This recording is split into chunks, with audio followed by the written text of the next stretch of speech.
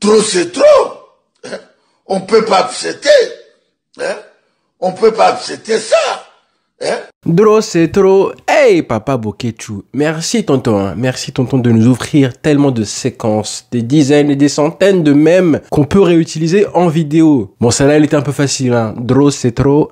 Je pense qu'on la fera souvent pour parler du peut-être futur nouveau potentiel crack du Barça. Un énième qui a 17 ans cette fois, né en 2008 les amis, et qui fait encore parler de lui depuis hier et son but face au Vissel Kobe. J'espère que vous allez tous bien. Aujourd'hui, vidéo un petit peu particulière pour parler évidemment du jeune joueur Pedro Fernandez, mais aussi de la Masia. Et j'ai envie de dire surtout la Masia et comment le Barça arrive encore une fois à faire émerger un nouveau potentiel crack. Depuis 5-6 ans maintenant, j'en reparle régulièrement en disant que tous les ans, on a potentiellement minimum une ou deux révélations dans l'effectif. C'est un truc de fou. Lamine Yamal qui était le bébé absolu de l'équipe, hein, qui pourrait très prochainement être le grand frère d'un autre joueur. Donc, comme je disais, depuis 2019 et l'émergence d'Ansu Fati, un ou deux joueurs, voire plus, qui sortent de la Masia et qui s'imposent dans l'équipe type ou au moins dans l'effectif du FC Barcelone. Gavi, Alejandro Balde, Fermín López, Lamine Yamal, Cubarsí, Marc Bernal, Casado et j'en passe. Et maintenant, si jamais demain, dans les prochaines semaines, les prochains mois, on a ce fameux joueur ou un autre, hein, mais on va parler de lui évidemment aujourd'hui, Pedro Fernandez, 17 ans, né en 2008. Est-ce que vous savez ce que moi je faisais de ma vie en 2008? J'étais déjà à la fac. J'avais déjà une vie, moi, en 2008. J'avais déjà un petit boulot, j'avais des cours et tout. Bref. Si jamais Pedro Fernandez réussit à percer et s'imposer dans l'effectif du Barça, absolument personne ne sera surpris. Je ne dis pas qu'il va y arriver, hein. On sait pas, hein, le football ça va vite. On a vu des joueurs qui promettaient et qui ont fini par flopper, hein, notamment un Nico Gonzalez qui avait des dispositions et un talent naturel qui était, je trouve, assez exceptionnel. Maintenant, si jamais Pedro Fernandez réussit à s'imposer, personne ne sera surpris encore une fois. Et ça, je pense que ça génère un petit peu de jalousie, tout simplement. C'est pour ça qu'on a des jeunes joueurs du Barça qui sont, dès qu'ils percent, systématiquement comparés avec les stars des meilleurs clubs européens. Dès qu'on a mis le terrain qui perce un petit peu, qui est bon, qui fait 2-3 matchs intéressants, qui fait parler de lui, hein, tout simplement, et ben on a des supporters d'autres clubs qui disent, et ben voilà, Vitinha il fait beaucoup mieux que ça, Bellingham ceci, Jamal Musiala cela, Phil Foden est par-ci, par-là. Grandissez un petit peu et appréciez et reconnaissez surtout que le Barça a cette espèce de faculté, on ne sait pas, on essaie juste d'expliquer, d'analyser et de comprendre comment ce club arrive systématiquement à sortir des pépites. Non seulement à les faire sortir, hein, mais ensuite à les rendre performants. Arrêtons les comparaisons systématiques, hein, notamment celle de Pedri avec tous les milieux de terrain un petit peu doués techniques qu'on a en Europe qui sont assez jeunes, hein, notamment celle qu'on a eue avec Warren Zaïre-Emery par exemple, hein, aujourd'hui.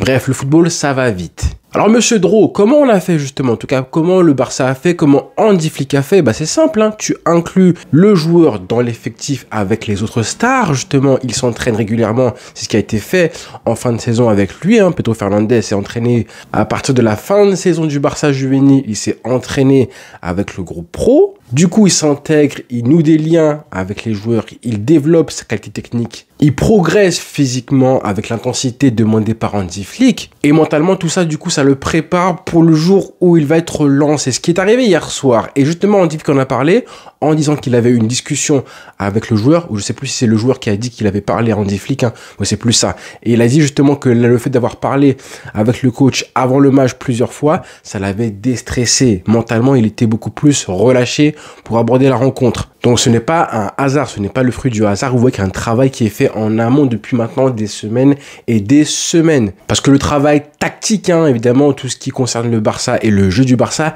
il a été fait depuis des années et des années. On parle d'un joueur qui est arrivé au Barça en 2020 à l'âge de 12 ans, qui est espagnol, qui est né en Espagne, mais qui a des origines aussi philippines. Hein, on le voit, c'est pour ça qu'il a ces petits yeux assez sympas. Qui joue au milieu de terrain offensif ou ailier gauche, hein, ça on en reparlera.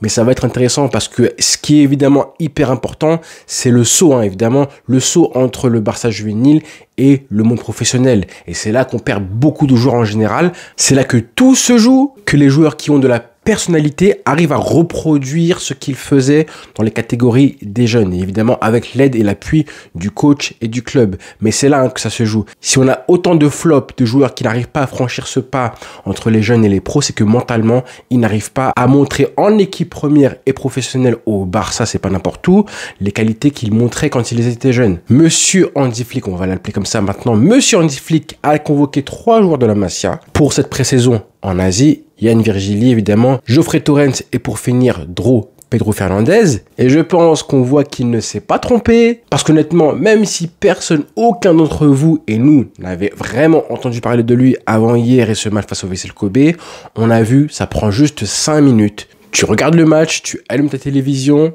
et normalement ça prend pas beaucoup de temps pour constater la qualité technique du joueur, la conduite de balle, la première touche, les contrôles, le toucher de balle en général, hein. Tout ça évidemment c'est ce qu'on voit en premier quand un joueur prend le ballon et ensuite ce qu'il en fait, la personnalité et les qualités qu'il met au service du collectif. Et lui ça a pris 10 minutes fastoche. Pas plus que ça, pour constater qu'on a un joueur de qualité qui pourrait du coup apporter à ce Barça. Alors à quel poste évidemment il a été formé à un poste de numéro 10, même si on a compris qu'il avait tendance à jouer aussi un petit peu excentré côté gauche, ce qui pourrait le faire jouer aussi à un poste d'ailier gauche. Maintenant dans le football, il y a un truc qui s'appelle la concurrence qui fait que le timing au moment où tu perces dans le football est hyper crucial pour le reste de ta carrière, hein. D'accord, le Barça ramène un crack tous les ans, sauf qu'il y a un moment où en fait c'est logique que la concurrence t'empêche d'émerger et d'avoir du temps de jeu. Je prends un exemple tout simple, hein. Là on a réussi à ramener un crack ultime au poste d'ailier droit.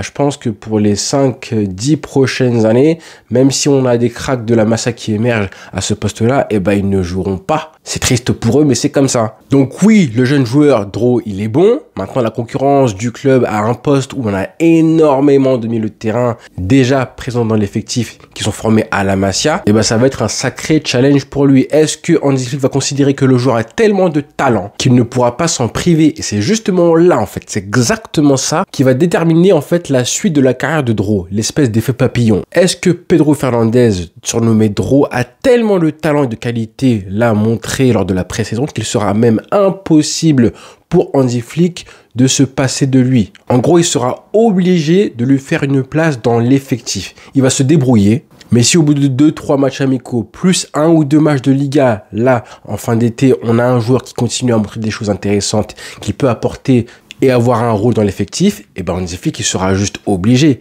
Il va se dire, en fait, un mec comme ça, le renvoyer au Barça B ou au Barça Athletic, c'est du gâchis pour mon effectif à moi. Et même du gâchis pour lui, parce que vous savez ce qui se passe quand un joueur est un petit peu trop facile. Si jamais Pedro Fernandez est relégué, entre guillemets, au Barça B ou au Barça Athletic, qu'est-ce qui va se passer? Ça vaut pour lui, mais ça vaut pour tous les cracks, évidemment. Ce qui peut se passer, c'est qu'on a un joueur qui soit beaucoup trop fort pour l'équipe avec laquelle il joue, qui soit beaucoup trop fort pour les équipes face à qui il joue, en gros qui s'amuse sur le terrain. Et le risque, c'est que justement sa progression soit ralentie parce qu'il n'est pas assez challengé, parce qu'il reste trop longtemps dans une zone de confort. Ça, c'est arrivé à beaucoup de joueurs aussi, notamment les stars du PSG qui sont restés en Ligue 1 trop longtemps, notamment Marco Verratti. Au bout d'un moment, vous avez un joueur qui stagne. C'est pour ça que c'est toujours hyper important de savoir quand, le timing, encore une fois, le timing du moment où tu décides de faire jouer, de faire monter un joueur avec le Barça A. En gros, savoir quand il est prêt au niveau physique, technique et mental, le mental.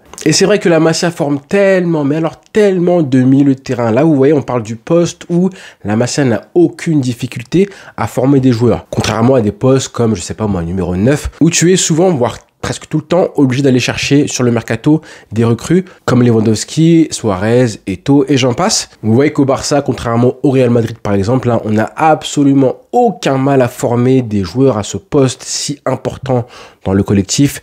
Au milieu de terrain, Bernal, Casado, Gavi, Dani Olmo et j'en passe. Maintenant, comme je le disais, si le joueur montre des qualités XXL, en tout cas un potentiel assez grand lors de la pré-saison et des premiers matchs de Liga aussi, Hansi Flick sera obligé, dans l'obligation, de le conserver parce que ce serait du gâchis et de lui faire une place, lui trouver un poste où il peut être sur le terrain dans un rôle de rotation ou de super sub. Alors en tant que milieu offensif, on a quand même de la concurrence, Dani Olmo, Fermin Lopez et Rafinha qui pourrait jouer à ce poste-là de numéro 10. Sur le côté gauche, on a Marcus Rashford et Rafinha pour l'instant. Donc je pense que c'est encore plus bouché parce qu'on a aussi ce Rashford qui doit être du coup mis en avant et donc jouer de plus en plus pour le remettre en forme. Par contre, je me suis dit que un joueur comme Pedri, qui n'a pas vraiment de concurrence et non pas à son poste mais comme profil, à savoir ce milieu offensif créateur tout simplement. Certes le Barça a Casado, Frenkie de Jong, Bernal et parfois même Eric Garcia, mais aucun d'eux n'a le rôle et la fonction, le profil plutôt, qui ressemble à celui de Pedri. Du coup, on a très souvent eu, en tout cas moi, cette espèce de pensée, de réflexion qui nous disait que Hansi Flick avait du mal à se priver de Pedri lors d'un match. Même les matchs les plus physiques, on voyait des Pedri qui terminaient les rencontres avec 13 km parcourus, qui finissaient lessivés, notamment face à Benfica. On se rappelle des images du joueur qui était juste carbonisé en fin de rencontre. C'est aussi parce que son profil, on n'en a qu'un seul. On n'a qu'un seul Pedri, ce joueur créatif et qui a cette qualité technique qui est hors du commun. Mais honnêtement, quand j'ai vu justement hier la prestation, plutôt la partition de monsieur Pedro Fernandez hier soir face au Vissel Kobe, je me suis dit pourquoi pas le faire jouer à un rôle de doublure de Pedri. En gros, l'endroit où il a joué face au Vissel Kobe. Ce qui permettrait à Pedri de souffler beaucoup plus, d'être moins éprouvé et d'éviter au maximum les blessures. Et puis on peut encore une fois compter sur Hansi Flick pour mettre dans les meilleures dispositions les joueurs qui arrivent du coup dans cette équipe du Barça A. Et honnêtement, Hansi Flick a montré et prouvé depuis maintenant un an qu'il savait comment intégrer des jeunes de la Masia pour en faire des super cracks. On ne dit pas que c'est ce qui arrivera pour Doro, monsieur Doro Fernandez, mais on peut être sûr qu'il prépare quelque chose avec le joueur et ce sera intéressant de voir du coup de quoi il s'agit. Donc voilà les frères pour le petit focus sur Doro Fernandez. Aujourd'hui c'est lui, peut-être que dans 2-3 jours, lors du prochain match de pré-saison, ce sera cette fois-ci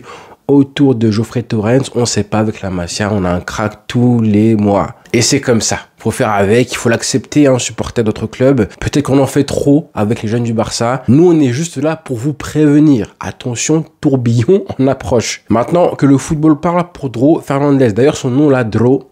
Alors oui, on sait que c'est un diminutif de Pedro, mais bon, si un jour il perce vraiment, je sais pas si en termes de flow, il n'y a pas un truc un peu plus stylé à faire. Mais bon, voilà, il fait ce qu'il veut en vrai. Voilà les frères, bonne journée à tous et rendez-vous du coup ce soir pour le live quotidien. Bonne journée. Ciao.